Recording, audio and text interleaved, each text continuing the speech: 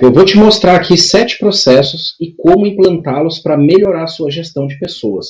Se você tem problemas em gerenciar pessoas ou problemas de cumprimento de atividades, as pessoas não sabem bem o que faz, ou estão perdidas, sem metas, sem processos, não está bem definidas as hierarquias, as atividades, tudo isso pode ser resolvido de forma simples.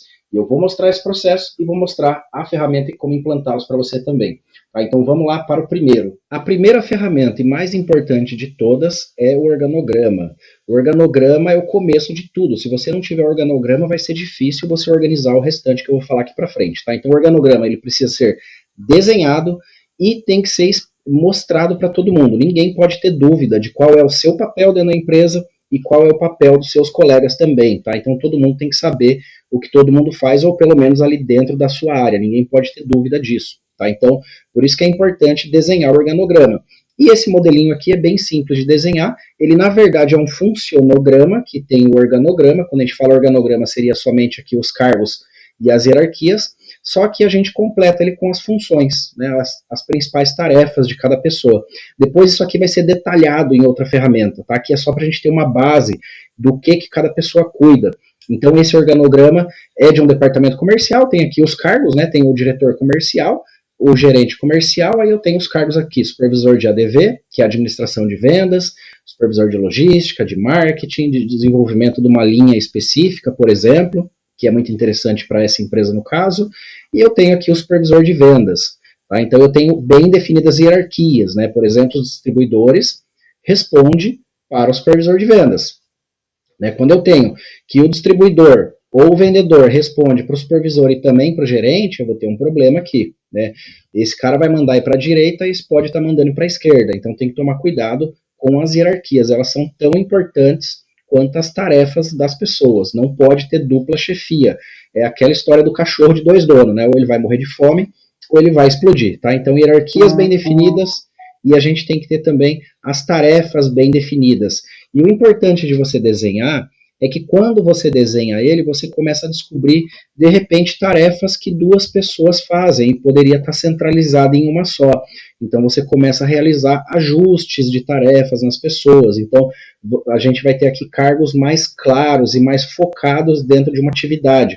Porque se todo mundo fizer de tudo, também não vai dar certo, não é legal. É melhor a gente ter especialistas dentro do possível. A gente sabe que pequena empresa, às vezes a gente tem que fazer de tudo um pouco. Né? Mas quanto mais eu puder focar uma pessoa numa atividade, é melhor. Né? O exemplo clássico disso aqui é um vendedor. Né? Quando você dá para um vendedor a tarefa de realizar contrato, fazer ligações, atender cliente, vender, ele também tem que olhar se foi carregado lá no caminhão, ele tem que fazer determinados relatórios, ele pode vir com a desculpa que ele não teve tempo de vender porque ele estava fechando contrato, estava lá com o pessoal da logística e não conseguiu vender. Então, o vendedor só vende. Né? Não tente colocar tarefa burocrática no meio da atividade de um vendedor, por exemplo. Tá? A mesma coisa vale lá no financeiro. Né? Se você tem uma pessoa responsável por pagar e você tem também essa pessoa realizando várias outras atividades, será que ela não vai esquecer de pagar, de fazer o cargo dela bem feito, sendo que ela tem outras atividades que desvia ela do objetivo principal daquele cargo? Tá? Então o organograma serve exatamente para isso aqui, para dar consciência de qual é o papel de cada pessoa. Uma vez que eu desenhei o organograma, eu tenho que dar ciência. Todo mundo tem que conhecer isso aqui. Tá? Então, sugestão, pendurar lá no painel da empresa, só toma cuidado aí com cargos que são semelhantes, senão pessoas vão pedir equiparação salarial, então tem algumas coisas que você tem que tomar cuidado aqui, que pode ser uma armadilha também. Tá? Senão você mostra individual para cada pessoa, né, para todo mundo ter isso daqui muito bem claro na sua cabeça de qual é seu papel e qual é o papel de todo mundo dentro do negócio. Depois que você desenhar o organograma, a gente vai detalhar essas atividades aqui, porque aqui a gente coloca de forma resumida, né? Por exemplo, o gerente comercial aqui, qual é o papel do gerente comercial?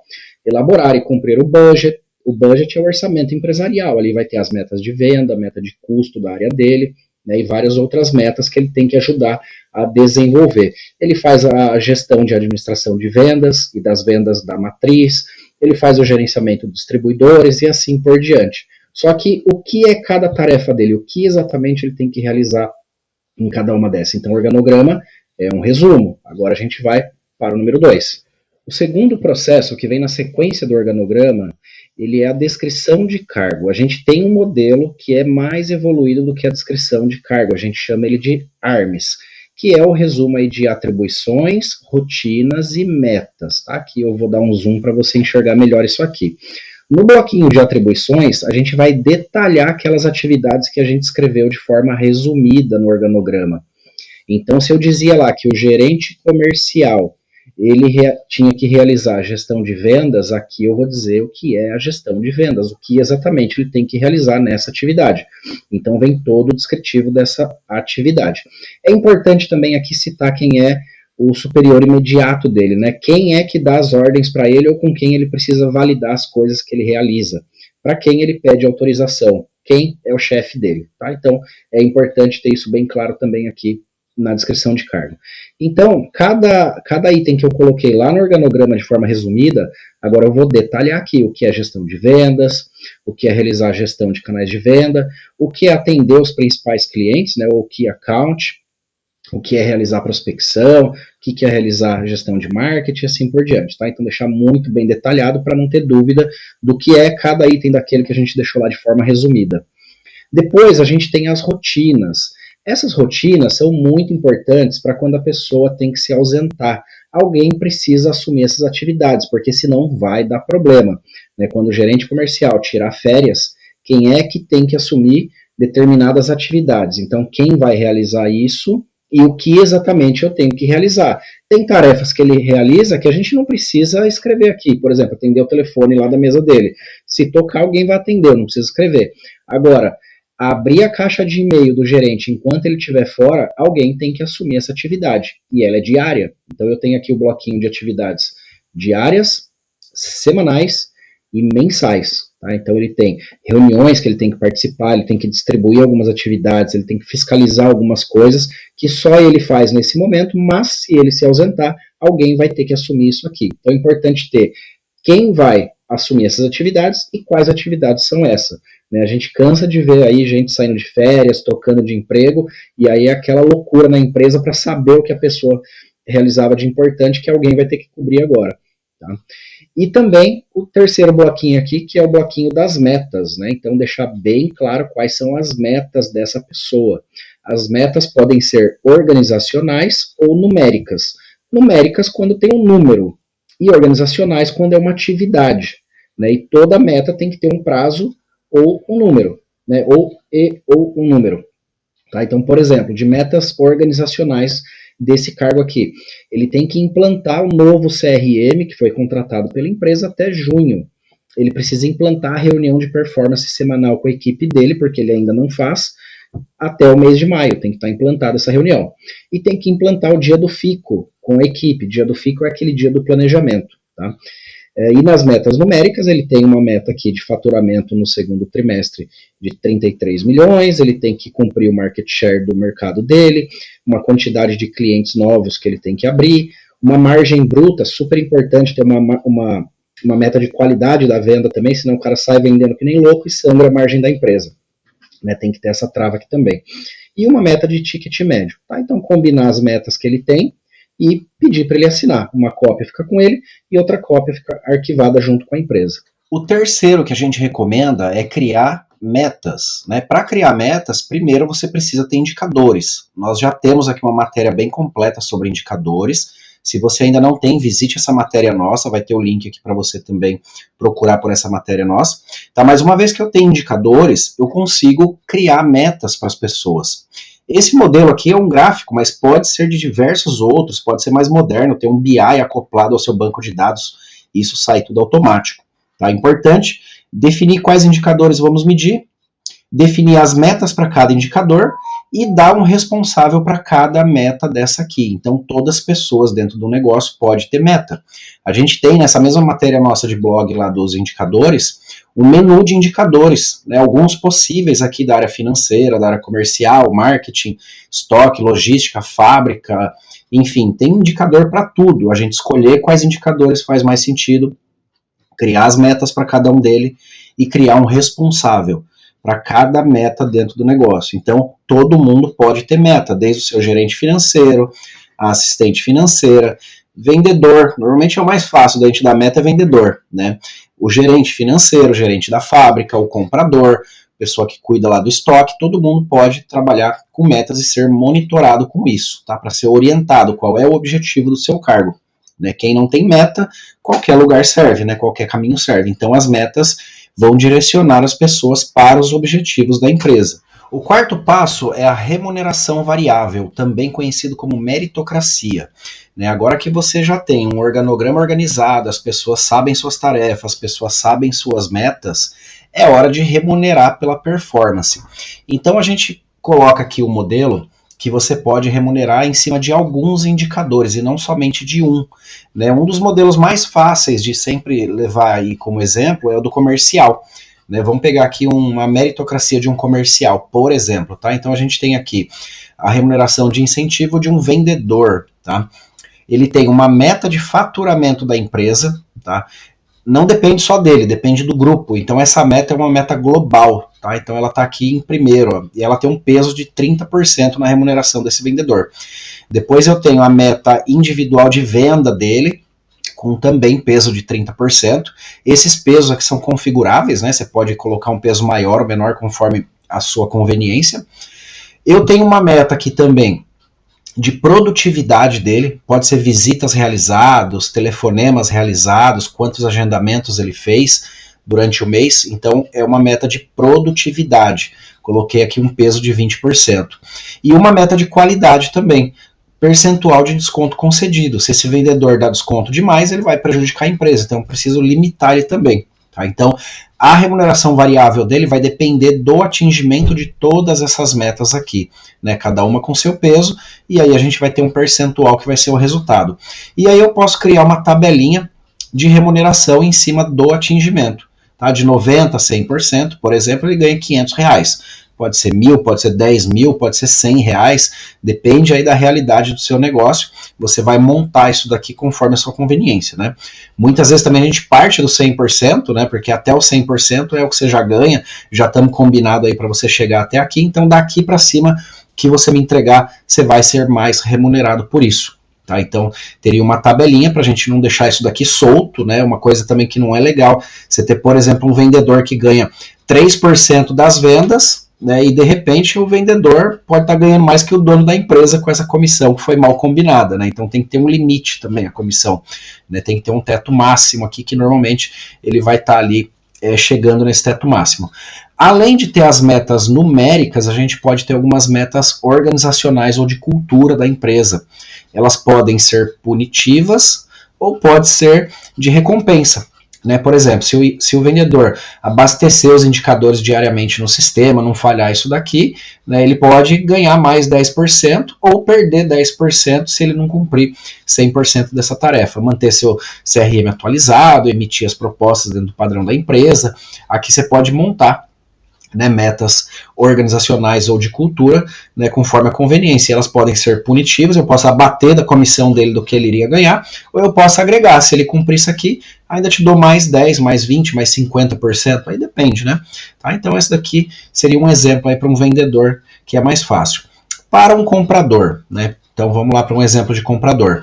Sugerimos sempre a meta de faturamento da empresa, que essa seja uma meta global e que esteja fazendo parte da remuneração de todas as pessoas, porque todo mundo tem que correr atrás e tem que ajudar a empresa a realizar seu faturamento. Se a empresa toma pau aqui, todo mundo toma pau também. Se a empresa manda bem, já todo mundo já pontua mais aqui na sua meritocracia. E todo mundo sai ganhando com isso. Tá? Então o vendedor também tem a primeira meta como faturamento da empresa. Tem aqui uma meta de saving em compras. Tá? Então ele tem um orçamento, ele tem uma tabela que ele compra. Se ele conseguir economizar, né, por negociar mais, isso vai trazer um ganho para a empresa, então ele também vai pontuar nessa meta aqui. Nesse caso aqui ele tem uma meta de economizar 30 mil. Digamos que é um comprador que compra R$1 milhão por mês. 30 mil é 3%, ele vai estar economizando 3% para a empresa. E é um monte de grana isso daqui para a empresa com 30 mil. Né? Então ele economiza para a empresa e de quebra ele também vai ganhar mais por isso. Outra meta legal para comprador, rupturas. As rupturas é você deixar faltar mercadoria. perdi venda porque não tinha mercadoria para vender, porque não tinha mercadoria para produzir. Então isso também dá para mensurar dentro do negócio, é uma boa meta para comprador também. Né? Então no caso aqui, se eu tiver até 4% é a meta dele, acima de 4 ele começa a perder ponto, abaixo de 4 ele começa a ganhar ponto. Então digamos que ele fez 2,4% aqui, né? Ele está ganhando 166% nessa meta. Digamos que ele não conseguiu, faltou um monte de coisa, ele foi lá e deu 10% nessa meta. Olha o tanto que prejudicou ele aqui. Né? Então ele saiu aqui de 2 ponto alguma coisa para 10 e isso prejudicou bastante a meritocracia dele. Provavelmente ele não vai ganhar por conta disso. Né? Digamos que ele também não conseguiu economizar, conseguiu economizar menos do que o previsto. Né? Então tudo vai prejudicando ele aqui e ele vai entendendo como que ele faz para chegar nas metas dele. Outra meta de comprador, orçamento de compras. Ele tem um orçamento, ele não pode comprar nem muito mais, nem muito menos que isso aqui. Né? Então, se ele comprar muito mais, ele vai perder pontos. Se ele comprar muito menos, ele também perde. Ele tem que seguir o orçamento da empresa. Tá? Mesmo esqueminha aqui também. Resultado com uma tabelinha de premiação, aí pode ser configurado com R$100, 200, 500, 10 mil reais, depende aí do porte da sua empresa. Tá? Mesmo esquema. E metas organizacionais também. Comprador, comprar sem pedido, cara, isso é uma falta grave, menos 30% se ele não cumprir. Né? Se ele não entregar os relatórios dele, ele também perde mais 10%. Então, ou seja, se ele iria ganhar 800, por ele não ter cumprido, eu vou tirar 30% dele aqui. Então seria aí uma forma de colocar as pessoas para cumprirem também os combinados, né, a cultura da empresa, suas metas organizacionais. Então esse aqui é de um gerente de fábrica, também mais um exemplo aí para ser remunerado pelo atingimento de metas. Mesma coisa, a primeira meta é o faturamento global da empresa. A segunda meta é o OE, também é um indicador muito importante para quem tem fábrica, ele vai medir ali produtividade, qualidade e não conformidades. Quiser saber mais sobre ele, a gente fala específico sobre ele também. Tá? Então, quanto maior esse número, melhor, significa que ele teve uma produtividade maior. Se ele escorregar aqui, por exemplo, tiver 70%, iria prejudicar o atingimento da meta dele aqui. Tá? Ele tem um tempo médio de entrega, a fábrica tem que produzir, entregar no prazo. Quanto maior o prazo, pior para ele. Se ele conseguir reduzir tempo de entrega, ele vai pontuar aqui também. E ele tem um centro de custo da fábrica. A gente chama de centro de custo todos aqueles custos e despesas que estão sobre a responsabilidade desse gerente. Né? Por exemplo, os custos de manutenção, custo de folha de pagamento. Então, se ele conseguir reduzir custos também, não aumentar custo, ele pode pontuar aqui. Né? No caso, se ele contratar mais gente do que ele precisa, ele gastar demais, ele vai perder pontuação aqui. Agora, se ele conseguir se enquadrar dentro aqui de um número aceitável ou muito próximo, ele vai pontuar aqui também. E aí ele atinge mais de 100% da meta dele. Aí também tabelinha para ele e metas organizacionais e numéricas que também tem que ser configurado conforme a conveniência. Tá? Então esse é um modelo de remuneração variável que funciona muito bem. A gente monitora as pessoas, a gente dá um objetivo para o cargo dela e ao mesmo tempo a gente vai recompensar aquelas pessoas que mandam bem e com muito critério. Ninguém vai ter dúvida por que ganhou ou por que perdeu. Vai estar muito claro qual que é a regra do jogo aqui nessa configuração. O quinto processo, e também muito importante, diria que é dos principais também, são os rituais de gestão. Né? Aqui é onde as coisas realmente vão acontecer. E a gente vai dividir em duas partes os rituais de gestão. Primeiro, gestão estratégica, que seria um checkpoint mensal de dono de empresa, de sócio ou de direção. Aqui é alinhar todos os indicadores, DRE, tomar as principais decisões e fazer planejamento da empresa. Tá? Mais focado na alta direção da empresa. Mas o que mais interessa para a gente aqui é a gestão de rotinas, que é checkpoint semanal de gestão com as equipes por departamento. Aqui a gente vai controlar as pessoas e orientar. Tá? Então, controlar indicadores do setor, as pendências, orientar e cobrar as metas da nossa equipe. É nesse momento que os líderes vão fazer a gestão do seu departamento. Tá? Então, tem algumas formas diferentes de se realizar a gestão de rotinas, mas algumas coisas importantes aqui que a gente tem que entender. Tá? Primeiro, tem que ter dia e hora para acontecer. Toda semana, na segunda, 10 da manhã, todo dia, às 8 da manhã, não importa. Tem que ter travado um horário. Né? Existem gestões de rotinas que tem que ser semanal, outras diária. Tá? Não recomendamos mais longe do que uma semana, senão a gente vai perder na mão ali. Tá? Então, como é que a gente vai controlar tudo que a gente está conversando com as pessoas da nossa equipe. A gente precisa ter uma ata para registrar tudo isso que está acontecendo. Né? A gente tem aqui uma ata no Excel de modelo, eu tenho aqui os dias, né? Cada abinha dessa daqui é um dia que aconteceu uma reunião, e essa daqui foi a última nesse caso aqui. Né? Então tem um cabeçalho com os dados da reunião, dia e hora que ela acontece, quem que participa, qual é a agenda da reunião. Recomendamos sempre a mesma agenda, falar de performance, ou seja, dos números, das metas, e falar das pendências que a gente anotou, que a gente combinou. Tá? Senão a gente fica na informalidade da gestão, a gente combina um monte de coisa e vai esquecendo tudo que a gente combinou no meio do caminho, né? E aí acaba não cumprindo, acaba não entendendo bem o que foi passado, e aí isso vai criar um problema. Então, esse é o grande objetivo de um ritual de gestão de performance. Tá?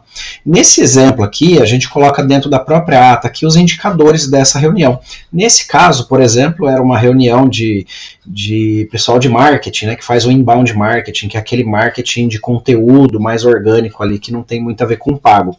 Tá? Então, ele tem lá uma meta de gerar leads, né, pessoas interessadas em comprar da empresa, tem uma meta de publicar matérias de blog, uma meta de levar tráfego orgânico para o site e posts nas redes sociais, né? Praticamente 2, 3 por dia aí. Então, essa era a meta. A gente coloca sempre do lado aqui quantos dias foram decorridos, né? Quantos dias úteis no mês para se trabalhar a gente tem, quantos dias se decorreram até esse dia da reunião, e eu sei que 68% do mês já foi embora. Então, se eu não tiver com as minhas metas também perto dos 68, eu posso estar muito abaixo, eu posso estar muito bem. Tá? Nesse caso aqui, a gente sabe que lead foi legal, novas matérias não foi legal, tá devendo aqui, talvez não chegue no 100% no final do mês. Tráfego para o site está dentro, né, tá bem parecido com os dias decorridos, e posts realizados provavelmente também está um pouquinho atrasado aqui. Tá? Então dá sempre uma olhadinha, começa olhando as metas, os indicadores, o que está acontecendo, aí você pode orientar a sua equipe, como que ela vai correr atrás para chegar nesse número aqui, né, você vai dar toda essa orientação, ela vai te explicar o porquê que aconteceu, né, e tem um debate bem produtivo em cima de indicadores, que é o que mais importa, foco, tá? Foco no negócio. Não pode ser uma reunião para resolver problema, senão, né, a gente vai ficar aqui 1, 2, 3 dias discutindo problema, porque eles são infinitos. Tá? E aí, a grande sacada aqui é a gente registrar tudo que a gente está combinando. A tarefa que foi combinada, tá? Quem é o responsável, que dia que combinou essa tarefa e qual que é o prazo para que ela seja executada. Então, a cada reunião, a gente vai passando aqui pelas tarefas e vai verificando se foi cumprido ou não. Foi cumprido, deleta daqui, não foi cumprido, recombina o prazo e entende por que ela não aconteceu. Tá? Então, toda reunião a gente tem ali um grande alinhamento. Então, nesse caso aqui, todo mundo sabe, opa, eu vou ser cobrado na reunião, então eu preciso cumprir. Né? Porque sabe que está anotado na ata tudo que a gente combinou. Então, esse daqui no Excel é um modelinho bem simples, né? Para quem não tem aí muita intimidade com tecnologia, não quer um sistema mais avançado, não quer gastar com software, tá? Esse daqui é um modelo bem legal. Tem também uma outra ferramenta, né, chamada Trello. Boa parte aí, praticamente todo mundo conhece, que é bem legal para você se organizar, e você pode criar um painelzinho de gestão, né, de tarefas de rotinas, tarefas pendentes, em andamento, tarefas atrasadas e concluídas. E aí, conforme a gente vai conversando de cada tarefa, a gente pode ir arrastando ela ou atualizando a datas, é uma boa fonte de controle também. Né? Nós aqui internamente a gente tem um software próprio, né? Eu não vou entrar no caso aqui porque precisa ter uma breve explicação aqui para entender como ele funciona, mas é muito parecido com isso aqui também. Tá? A gente tem aí um sisteminha próprio também que os clientes que estão com a gente na consultoria, a gente organiza através do nosso software e é uma interface bem parecida com essa daqui. Tá? E a gente coloca ele em forma de tarefas, né? Então ele é bem didático aqui, ele solta comunicados, ele envia e-mail avisando que tal pessoa não cumpriu tarefa, então ele vai controlar muito bem. Então esse é a gestão de rotinas ou rituais de gestão, super importante para monitorar o que as pessoas estão fazendo e ajudar elas a cumprirem as suas metas e ao mesmo tempo cobrar, né, para que as coisas realmente aconteçam ali e a gente não vá esquecendo todas as coisas que a gente combinou. Bom, agora no sexto processo a gente tem duas medidas aqui que são um pouco mais avançadas, né? Você já tem que estar um pouco mais organizado, com metas, monitorando as pessoas, aí é hora de falar em PLR e Partnership, que são medidas para a gente poder reter talentos na empresa. Uma vai ser de curto prazo e a outra no longo prazo. Tá? No caso, PLR, que é a participação nos lucros e resultados, é uma medida de curto prazo, né? Ou seja, a gente vai recompensar a performance, o enquadramento na cultura e reduzir alguma defasagem salarial em relação ao mercado que eventualmente a empresa possa ter. Tá? Só que ela vai remunerar pela performance, pelo lucro adicional. Muitas vezes a empresa não tem grana para pagar um bom salário, mas se ela ganhar bastante dinheiro, ela pode distribuir mais também. Então seria um caminho aí viável para isso aqui dar certo. Tá? Na participação, né, no PLR, ele consiste em distribuir parte do lucro da empresa para os colaboradores, tá? Para todos. Aí tem que ser para todo mundo aqui, pelo menos quem trabalha diretamente na empresa. Essas distribuições, elas podem e devem ser desiguais, conforme a performance e a cultura de cada um, e mais alguns outros fatores aqui também. Tá? Então, por exemplo, peso do cargo, eu não posso remunerar com o mesmo recurso ali um diretor e uma pessoa que é um assistente, são salários completamente diferentes, então cada um vai ter o peso do seu cargo conforme a responsabilidade que ele tem na empresa. Tempo de casa também pode ser importante, né? Pessoas que acabaram de entrar, pode não ter direito ainda. Quem tem mais tempo de casa pode ter uma remuneração um pouquinho maior ou diferenciada para recompensar quem está há bastante tempo. Mas o ideal é que ali na frente todo mundo se iguale, né? Depois de 1 ano de empresa, 2 no máximo, todo mundo já está igual no tempo de casa. Seria mais para os entrantes, para a gente não recompensar demais pessoas que a gente não sabe se vai ficar dentro da empresa, que pode ir embora de repente, a gente está recompensando demais e isso não vai fazer efeito nenhum. Então a gente recomenda sim, pelo menos aí 1 ano ou 2, a gente ter remunerações diferentes conforme o tempo de casa também. A performance é um dos principais, né, pelo cumprimento das metas. A gente já falou de metas aqui, é trazer aquilo lá aqui para dentro também. Algumas pessoas ganham remuneração variável, outras não, né? Já o PLR é para todo mundo. Tá? Óbvio que aqueles cargos que mais se destacam vão ganhar mais grana aqui, e aqueles que menos se destacam vão ganhar pouquinho aqui. Né? E a cultura também. A cultura é aquele conjunto de comportamentos que pode ser legal ou não para a empresa. Então, essa cultura ela pode ser medida também. A gente vai adequar essas posturas das pessoas na empresa através da remuneração. Se ela cumprir a cultura, pontua. Se ela não cumprir, furar com a cultura da empresa, ela não pontua. Tá? A cultura é uma coisa bem importante. A gente vai ter que definir antes aqui quais são os traços de cultura da empresa. Nós aqui temos 22 traços de cultura. Por exemplo, a gente não chega atrasado em reunião, combinou com a gente vai cumprir. Se a gente não vai cumprir, a gente avisa antes. A gente tem uma série de itens aqui da nossa cultura que a gente tem que obedecer. Senão, nosso pessoal aqui toma pau na cultura também, né? Vai ser prejudicado ali na remuneração deles também, ok? Então, modelinho aqui para distribuir PLR, né? Então, por exemplo, eu tenho lá o lucro da empresa, foi R$ 97.500, por exemplo. Pode ser no semestre ou até trimestral. Legal trimestral, tá? Lucro a ser distribuído, 30%, também é um lucro legal para distribuir. A maioria das empresas acaba distribuindo 20 ali, né? Mas 30 é um número até mais legal, não vai ali sangrar o sócio da empresa, mas vai trazer uma remuneração legal para a galera também, né? E a gente tem o valor a ser distribuído. E aí eu vou criar a tabela aqui de funcionários de 1, 2, 10, 200, não importa, com o peso do cargo de cada um, né, um peso de 1 a 10, onde 10 é um funcionário de diretoria, por exemplo, e o número 1 é um estagiário, né, que acabou de entrar, que está passando por uma fase ali, um cargo de baixíssima responsabilidade, então eles vão ter remunerações diferentes, né? Tempo de casa, no caso que está todo mundo 100%, mas eu poderia definir que o prazo aqui é 1 ano, 2 anos para ganhar a remuneração completa, e eu vou colocar qual que é o percentual de tempo que ele tem do mínimo obrigatório aqui. Né? A performance que a gente traz lá da remuneração variável ou de outras metas que a gente dá para o colaborador, né? Nem todo mundo vai ter uma remuneração variável, mas pode estar aqui no PLR também. Percentual de cultura, né? Quanto ele cumpre da cultura da empresa. Também, primeiro, criar os critérios de cultura da empresa. Temos aí matéria falando sobre cultura empresarial também, né? Então dá uma visitada lá, você vai entender o que é cultura e como medir essa cultura. Aí eu vou ter um fator de distribuição, quantos por cento cada um vai levar desse bônus, e eu vou distribuir esses 29.250 de exemplo aqui. Umas pessoas vão pegar R$500 e outras vão pegar 5.000, conforme aí todas as variáveis que a gente criou aqui, tá? Então esse é um modelo bem legal, isso que você consegue validar aí com o sindicato também, consegue trabalhar dentro da legislação, tem um contratinho para isso, né? Se você não sabe fazer isso, procure nossa equipe aqui, a gente pode implantar isso aqui na sua empresa também. Outro bem legal é o partnership. Esse daqui é mais evoluído ainda. Esse aqui é para a gente reter pessoas a longo prazo, aquelas pessoas que a gente não quer perder de jeito nenhum, que são imperdíveis. Esse cara eu preciso chamar para sócio. Ele não pode ir embora daqui.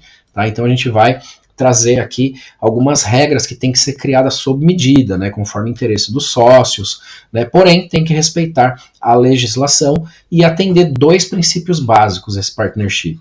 Como que entra e como que sai da sociedade, tá? Tem que ter a porta de entrada e a porta de saída, porque muitas vezes você contrata uma pessoa, ele manda bem pra caramba, você chama pra sócio e ele cai a performance, então aí tem a porta de saída combinada também.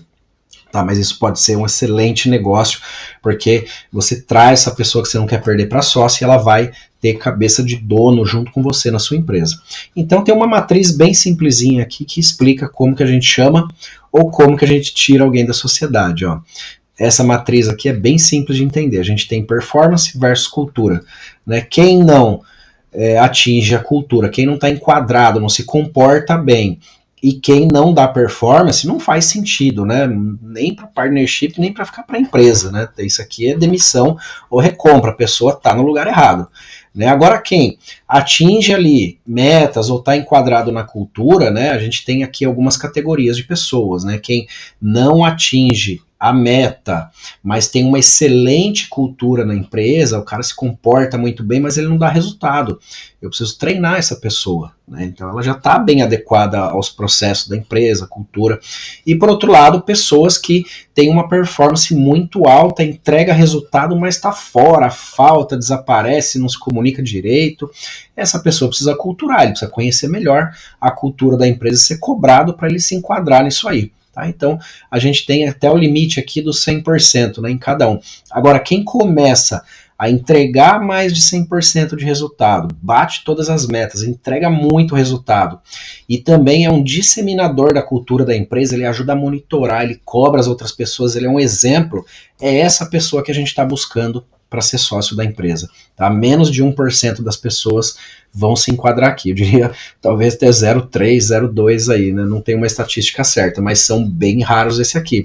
Quando você encontrar uma pessoa dessa, segura que isso é raro. Tá? São pessoas que entregam muito resultado e estão adequados à cultura da empresa. Então esse é o principal ingrediente aqui para a gente ter a porta de entrada e saída para sócio.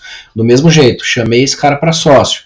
Passou um ano, ele começa a ficar ruim de cultura, não entrega mais performance, lá no contrato da sociedade vai ter uma cláusula onde a gente se resguardou o direito de comprar dele de volta isso aí. Tá? Então tem algumas regrinhas específicas aí que a gente tem que desenvolver sob medida também. E por fim, temos o 7º processo, que são os treinamentos. Os treinamentos podem ser técnicos, comportamentais ou gerenciais. Os técnicos são aqueles que vão treinar a sua equipe para executar melhor a atividade. Por exemplo, o vendedor, vamos treinar ele com técnicas de vendas, técnicas de abordagem, o comprador, técnicas de negociação, ou o pessoal operacional, de repente, ali as regras da vigilância sanitária para poder se enquadrar, para poder implantar esses procedimentos dentro da empresa. A gente tem os comportamentais, né, que são aqueles treinamentos que vai melhorar a motivação da nossa equipe, melhorar a produtividade. Esse aqui você já vai precisar de uma ajuda externa normalmente, assim como os gerenciais também. Aí a gente tem os programas de desenvolvimento individual, programas de desenvolvimento de lideranças, que são PDIs e PDLs, e uma série de outros treinamentos aí importantes no dia a dia de uma equipe. Tá? Então qual que é a sugestão? Levantar quais são as necessidades da sua equipe, né? Existe técnica para isso também, para levantar necessidades. Depois criar todo esse plano, quais treinamentos você vai executar, criar um cronograma e depois cumprir isso aí. Né? Então os cronogramas vai complementar tudo isso que a gente está falando aí. Sozinho não vai adiantar, você vai ter um monte de outras brechas que as pessoas não vão acabar se adequando ou cumprindo tudo o que precisa. Né? E também, se você organizar toda a empresa e não tiver alguns treinamentos, se sua equipe não estiver preparada, também vai ficar um pouquinho falho. Tá? Então os treinamentos são bem importantes aí nesse processo de gestão de pessoas também. Espero ter ajudado. Se você quiser ajuda para algum desses processos ou para todos eles de uma vez só, para melhorar de forma geral toda a gestão de pessoas e assim ganhar muito mais eficiência no seu negócio, clique em falar com a nossa equipe, aí você vai encontrar aí diversos locais para você poder se comunicar com a nossa equipe aqui no nosso site e a gente está preparado para te mostrar como a gente pode te ajudar.